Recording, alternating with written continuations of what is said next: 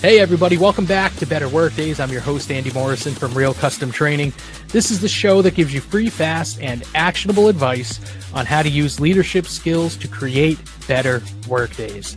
This week, we're talking about what it means to be too nice in the workplace. And specifically, I want to give you some things to look out for, some real-world examples that you can look for amongst your team to determine if your team is in fact too nice.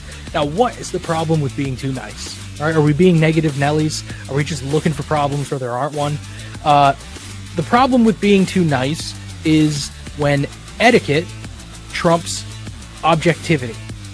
It leads to a lot of trouble for teams. And I wish I was smart enough to come up with that on my own. But it was these fellas. They're no stranger, right? Mike Woodcock, Dave Francis, their book Team Building Strategy. They lay out what they call, I love this phrase, the conspiracy of niceness. The conspiracy of niceness, according to Woodcock and Francis, that is what you get when team members put etiquette over objectivity. It results in a team that may look like it's constructive, and the team may very well believe that it is being constructive, but in fact, because etiquette is prioritized over objectivity, it is a destructive climate that the team has, even though its surface level appearance looks as though it's a team that is very much constructive and positive. Meaning this, in a nutshell, a team that never argues. You might be inclined to observe that team and say, wow, they are working really well together. I don't see any arguments. I don't see any fighting. They leave each meeting with a consensus as to what to do next. Wow, they're a really great team. But what you may find if you were to observe that team long enough is they left a meeting with consensus, right? They left a meeting with a group consensus as to what to do. Then they roll that out and things go screwy. All right, things go awry. Things don't go according to plan. And my inkling would be, if you were to then talk to those team members, give them truth serum, you would learn there were thoughts and feelings and concerns and maybe counter proposals that were not brought up in that meeting that you first observed that made you say, wow, this is a really well-oiled machine that I'm witnessing. And when that happens, when people are holding back valuable insight and opinions that may have helped avert disaster or in less dire terms, would have increased effectiveness, it is likely because they were just being too damn nice. And that's what I want to help you avoid with this episode of Better Workdays. So Woodcock and Francis, they also provide what I think is a model that can help us understand where this propensity for being too nice in the workplace comes from. Why do we sometimes put etiquette above objectivity? And I'm going to put this model up for you. And I'm going to try to point at parts of this model. Bear with me. I've been doing this for like 2 years, and I still cannot figure out how to actually, I'm doing okay today. Pointing at graphics on this screen is tough because they're mirrored. So the one I'm pointing at now, actually, before I get my point on, for those of you listening and not watching, let me tell you what's up on the screen. It's Woodcock and Francis's model for organizational effectiveness. They say there's these 8 areas of organizational effectiveness. In the center is positive teamwork. And then there's spokes coming off of positive teamwork to 7 other areas, and they're all interconnected. Positive teamwork is in the center, pointing at that right now. I'm pointing at the right spot. And then you'll also see positive climate is one of the areas of organizational effectiveness. So Woodcock and Francis themselves say you need positive teamwork and you need a positive climate. You can also think of climate as your culture. They say those things got to be positive in order for the organization to be effective. Most of us, whether we've seen this model or not, likely agree with that because generally, right? I mean, it's in the positive is a good thing, isn't it? And you need positive teamwork and you need a positive culture. What they would say, though, is it's our attempt to create that positive culture. It's our attempt to facilitate positive teamwork that leads to their conspiracy of niceness, where we take the attempt to be positive and we go a little bit too far. And we go so far into the positive territory that it becomes destructive instead of constructive. All right. It becomes ineffective instead of effective, counterproductive instead of productive. You'll notice I'm not saying good or bad. Good or bad are kind of useless terms. if someone says, oh, that's a good idea, well, why is it a good idea? It's a good idea because it's going to be more effective than other ideas, right? If you tell someone, if you refer to somebody as a good or a bad person, that's not really helpful, especially in a professional context. All right. If your conclusion is an employee is a bad person, good luck giving them training that's going to help them improve that. Whereas if you can point to their behavior that's counterproductive, both of you are going to have an easier time working together to make changes in that arena. So the positivity goes so far that it becomes counterproductive. That is what we mean when we say the team's being too nice, in a nutshell. And so I want to give you 6 things to keep an eye out for in the workplace amongst your team that can likely be evidence that your team is just being too darn nice. First and foremost, perhaps the most obvious one, no surprises here. Signs your team is too darn nice. Number 1, negative feelings aren't expressed. Like I said, if you observe a team and it's all sunshine and rainbows, maybe you caught them on a good day. Maybe. But if that's how it is every single day, chances are they are being too darn nice, because the reality is negative feelings exist. They're there whether they're being expressed verbally, directly, or not. What's the problem when people have negative feelings and they don't express them verbally and directly?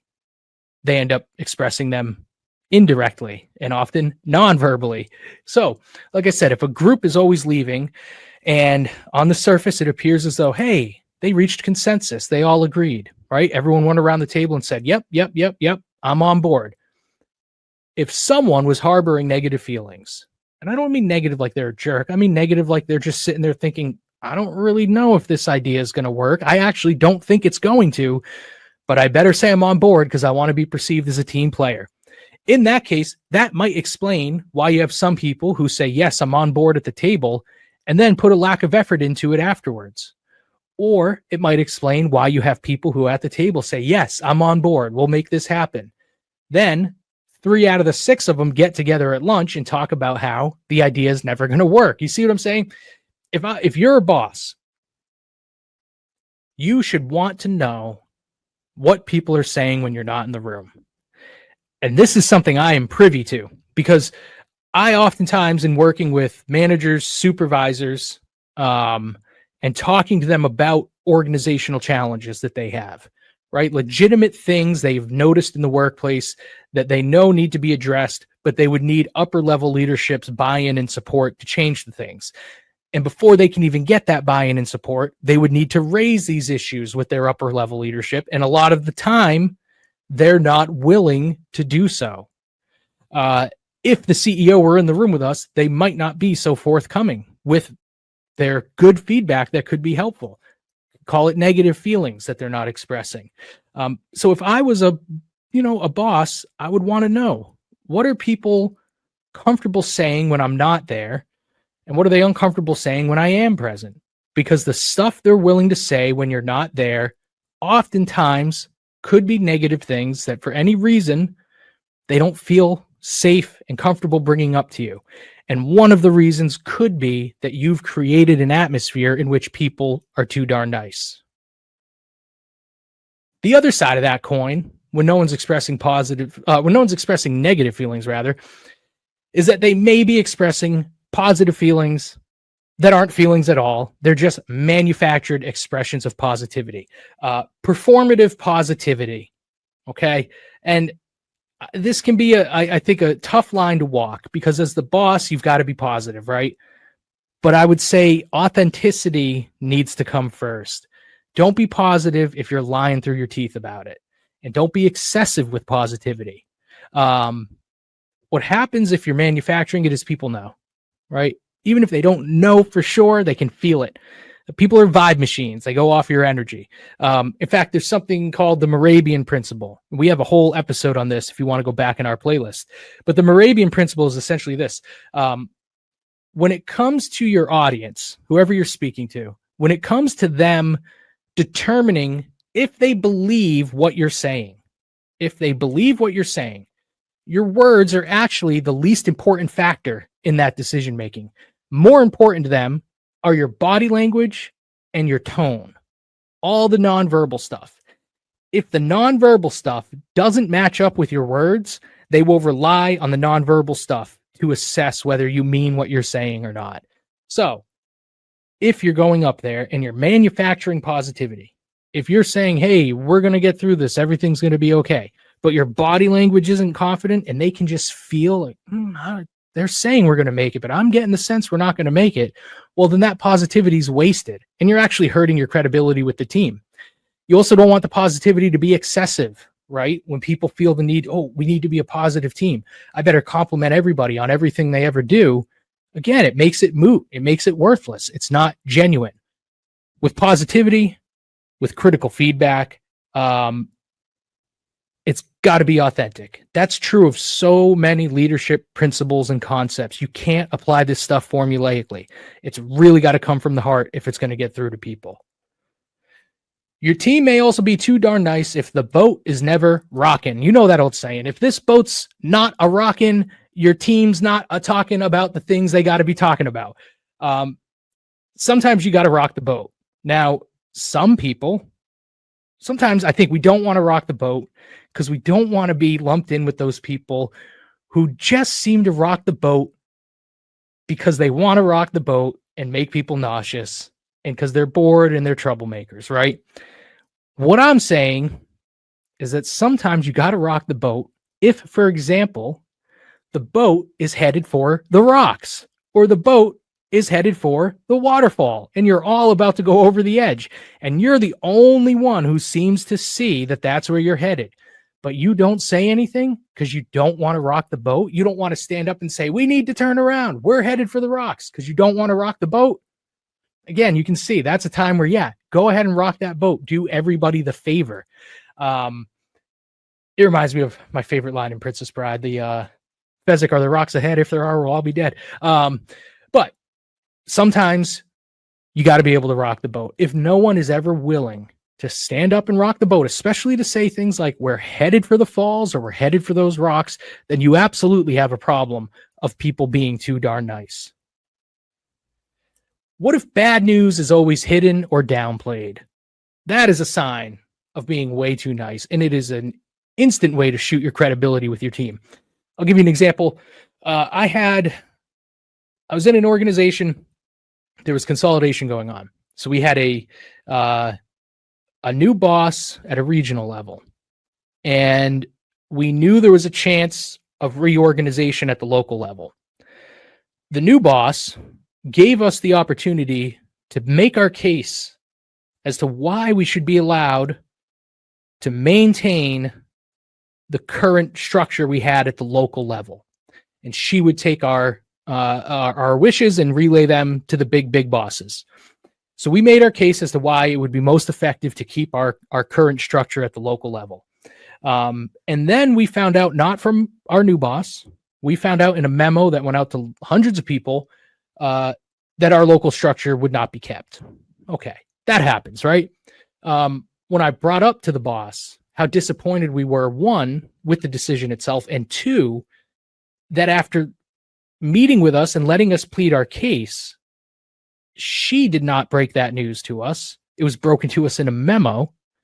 I expressed that disappointment, and the sentiment expressed back to me was, well, I mean, you knew this was going to happen, right? You know, you knew this was in the works, didn't you? And it was like, well, I suspected that, but when you met with us and let us make the pitch to you and indicated that it would be conveyed upwards, that led us to the belief that we had a chance. But now you're telling us, no, there was never really a chance, and you should have seen the writing on the wall anyway. So that was a case where bad news was downplayed. Bad news was downplayed. The bad news would have just been right off the bat to tell us, look, there's really no point in you making your case because the writing's on the wall. This decision you're not going to like is coming down the track. Wouldn't have been great to hear, would have been better to hear then, straight up from the boss, rather than what I now in retrospect see was an attempt to try to be nice as the new boss to say, okay, I'll meet with you and hear you out, right? Probably good intention, but an example of just being too darn nice, downplaying bad news, leading people to believe the bad news isn't coming when you know it is. And when you do that, you shoot yourself in the foot and you hurt your credibility with your team. All of this so far, in many cases, your team's being too nice because extreme respect is leading to deference. This is especially true in a hierarchical sense. When you read leadership literature, when you read HBR, when you read Forbes, all this, so much of it is about, give your boss feedback. Give your boss feedback. Feedback needs to be a two-way street. Have an open exchange of ideas and yada, yada, yada. And I fall victim to it too. I do the same thing. Sometimes I suggest stuff that maybe isn't so easy to implement in the real world. Extreme respect leading to deference is one of those. It's easy for me to say, break that pattern. Don't be extremely respectful to the point of deference. Meaning, if the CEO, if the top boss puts an idea on the table and you have legitimate issue with it, raise those issues. Have a discussion, have a debate, flesh it out for the good of the team, for the good of the outcome you're striving for. It's easy to say that.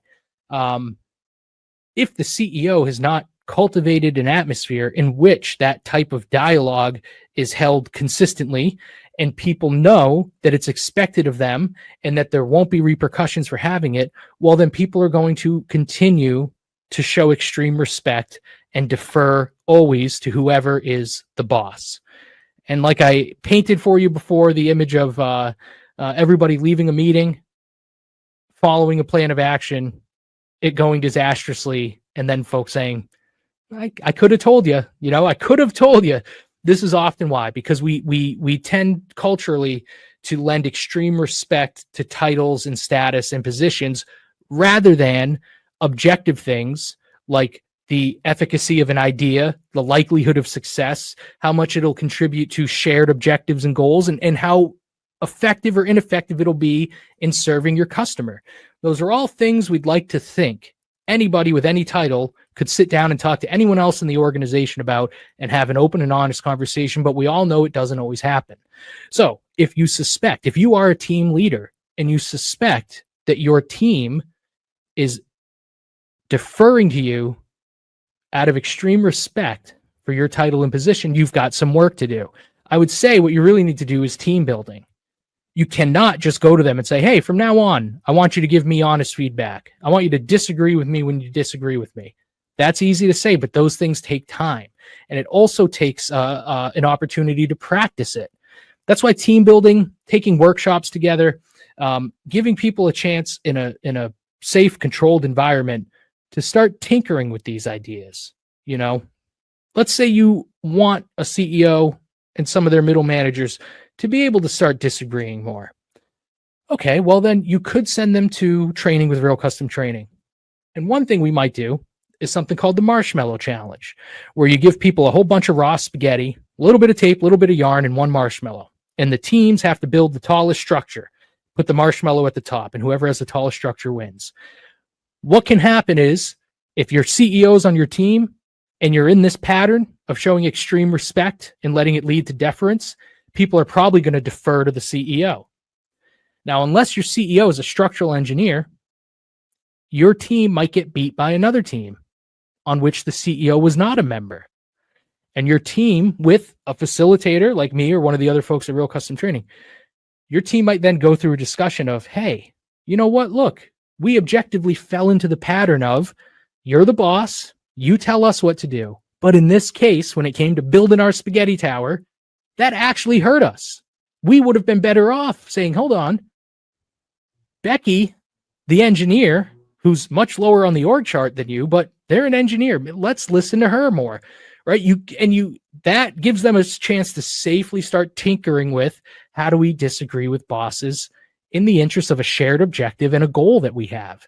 And you do it in a safe space like team building or a workshop. You do that enough, you let the comfort level build with this new way of thinking and behaving, and you will find the next time you're all in a meeting together, people are going to be more comfortable sharing their honest opinions and thoughts, and maybe even pushing back a little bit against the opinions and thoughts of the big bosses in the room. But it takes time. It's not as simple as saying, hey, everybody, we're free to disagree, or hey, everybody, I've got an open door policy. Come talk to me about anything on your mind. No, it takes time, takes effort. Groups like Real Custom Training can help you put that in. Similar to that, right? Sometimes social events are all the rage on teams that are too darn nice. And again, it's because at the surface level, when we think, all right, we need a positive atmosphere, we need positive teamwork. Well, let's go bowling. Let's have a pizza party. Let's bring in ice cream trucks. Let's bring in food trucks. Let's bring in a hypnotist, right? All this kind of fun stuff to do together, which again, gives the appearance of positivity because maybe it is a positive experience overall. But those things are not going to help with the nitty-gritty work of disagreeing with one another, regardless of title or status, okay? Social events don't help with that. They help with socializing. They help get to know each other, which can, I'm not saying to ditch these things, but these can't be the rage, meaning these can't be the only way that you're trying to team build. You've got to add in what I described earlier, structured, focused opportunities for people to start practicing being less nice to each other. Okay. And I'm not saying be unkind. I'm saying don't be so nice that the boat you're all in is headed for the rocks and nobody's willing to stand up and say, I think we might be headed for rocks. Let's talk about that. So those are some signs, some 6 signs for you to determine if your team is too darn nice. And let me tell you about someone who's not too darn nice. And that is the producer of this podcast, Andrew Menzel, better known as Menners, from Piccolo Podcasts. I highly recommend Piccolo Podcasts. They're all the way in Sydney, Australia.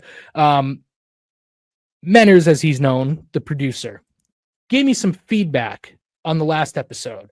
And it was a perfect example of the benefits of not being too nice. Menners told me the episode, I think, was 45 minutes. And Menners gave me the critical feedback of, Andy, you can get a little self-indulgent, which he has told me before. It's not news to me. I know that. And he said, if you reined that in a bit, you could have gotten that episode more closer to 25 minutes. And he said, and that's really the sweet spot I think you should be aiming for with your Better Workdays episodes. Now, did I like hearing the part about me being self-indulgent? No.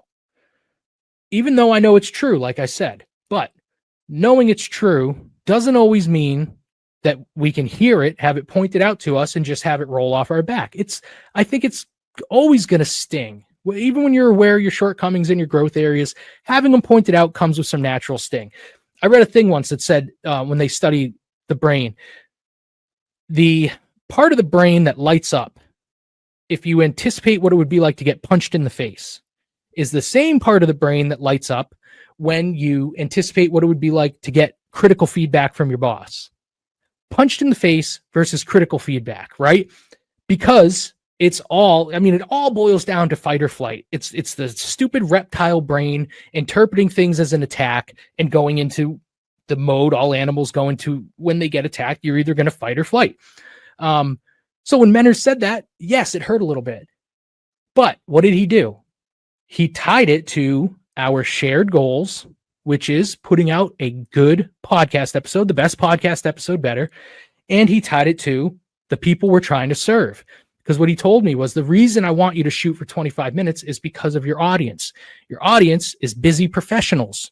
Your audience are people who are squeezing in the podcast when and if they can. So make it as easy as you can on them to do so. They're listening to you on their way to the gym or while they're at the gym or while they're taking a walk or while they're on their lunch break, right?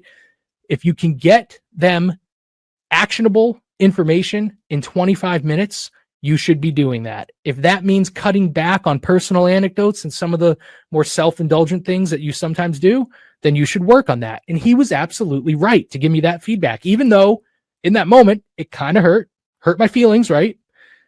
But 30 seconds later, I was not hurt. And I just said, you're absolutely right. And I thanked him for the feedback. And I thank him now for the feedback.